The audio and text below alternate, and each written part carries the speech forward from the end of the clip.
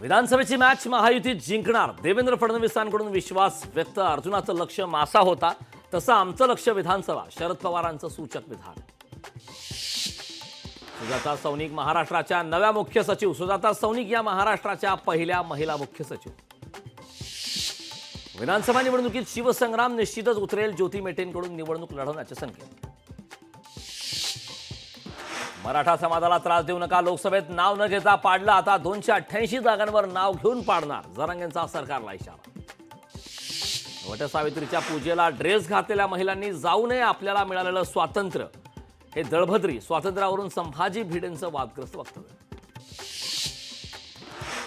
राज्यातील 154 पोलीस निरीक्षकांच्या बदल्या अपर पोलीस महासंचालक संजय सिंघल यांच्या आदेशानुसार बदल्या. टीम इंडियाला मिळणार 125 कोटींचं बक्षीस. T20 विश्वचषक जिंकल्याबद्दल जय शहांची घोषणा. छगन भुजबळ समाजाचे मुकादम. भुजबळांनी ठरवून दिल्याप्रमाणे काही लोक बोलत आहेत. जरांगेंचा पुन्हा एकदा भुजबळांवर निशाणा. पुणे पोलिसांची संभाजी भिडेंना नोटीस. पालखीला मानवंदना देताना काळजी घेण्याचे आदेश. तेढ निर्माण करणारे भाषणं टाळण्याच्या सूचना. उपेंद्र द्विवेदी नवे लष्कर प्रमुख. उपेंद्र द्विवेदींनी स्वीकारला पदभार. धर्मवीर 2 सिनेमाचं पोस्टर रिलीज. धर्मवीर 2 चित्रपट लवकरच प्रेक्षकांच्या भेटीला. वंचितकडून जाहीरनाम्यासाठी समितीची स्थापना. जाहीरनाम्याच्या समितीमध्ये 5 सदस्यांचा समावेश.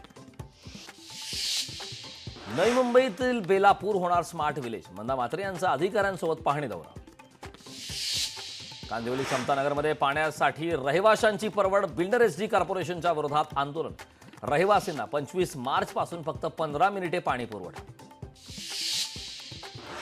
मुंबई महानगरपालिका शाळेची दयनीय अवस्था. कुलाब्यातील पालिका शाळेच्या भिंतीला पडल्या भेगा. मुलींच्या वॉशरूमला दरवाजेच नसल्याचं उघड.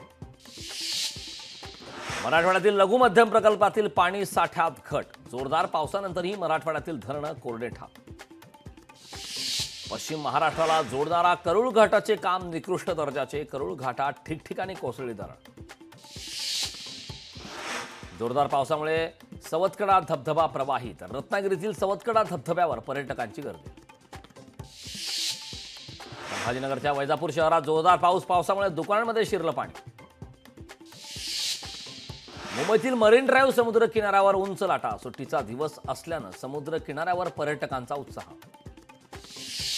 पालघरमध्ये जोरदार पावसाची हजेरी. जोरदार पावसामुळे दाभोसा धबधबा प्रवाहित. धबधबा पाहण्यासाठी पर्यटकांची गर्दी. लोकशाही मराठी ऐका, पहा, जागरूक रहा.